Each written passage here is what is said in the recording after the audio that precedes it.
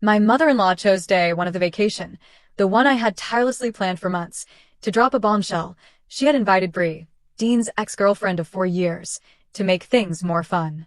I stood there on the beach house balcony, feeling my world collapse. This was the house I had spent 3 months finding, budgeting for, and coordinating schedules around. My daughter was napping inside. I knew immediately this was a blatant attempt, a perfect trap intended to sabotage our marriage. What hurt even more was that Dean knew Bree was coming, but he hid it from me.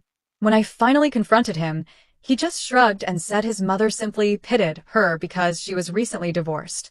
I was too stunned and deeply disappointed to argue. Those were the two most awful days of my life. Dean and Bree were inseparable.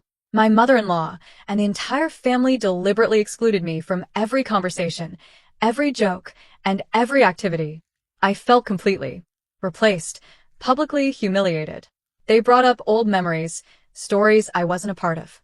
I was reduced to being the spare part, the babysitter for my own daughter amidst my own family. That prolonged isolation and humiliation was simply unbearable.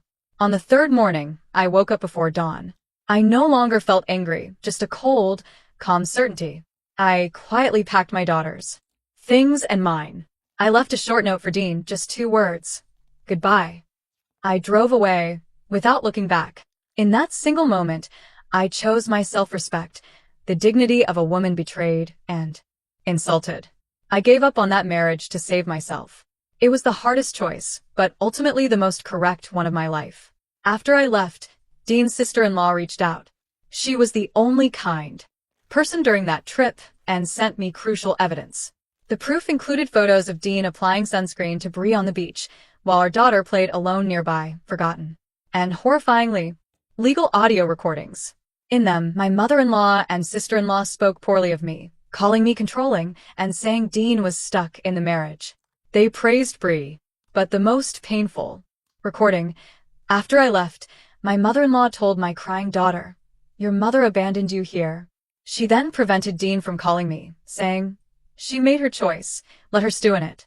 These words were a vicious attempt to alienate my daughter from me.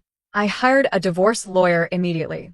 With clear evidence of emotional abuse and the attempt to alienate the child, I had a strong case that didn't even require proving infidelity.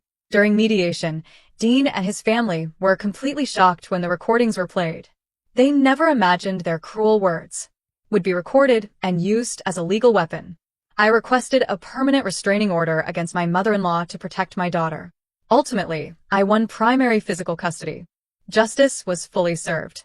The court sent a clear message. No one is allowed to hurt a child to satisfy personal spite, and Dean had to take responsibility for his complicity. Dean learned his lesson the hard way. He was forced to cut ties with his mother to protect his relationship with his daughter. He later remarried a good woman and became a more responsible father. We successfully co-parent. I also found my own happiness with Peter, a man who truly respects and loves me. He never questioned my worth or allowed his family to interfere with our lives. A few years later, my ex-mother-in-law sent me an apology letter after her husband passed away. Though it was too late, I accepted it as peace for myself and closed that chapter of the past. 13 years later, I am still grateful I drove away that morning. I lost the life I thought I would have, but in return, I gained back myself, my self-respect, and my voice. That is worth more than anything I could have lost. Every day, my daughter sees what it looks like to be with someone who respects you, loves you, and always chooses you first. That is the most valuable lesson I passed on. You may lose everything, but you must hold on to yourself. That is the final truth of my life.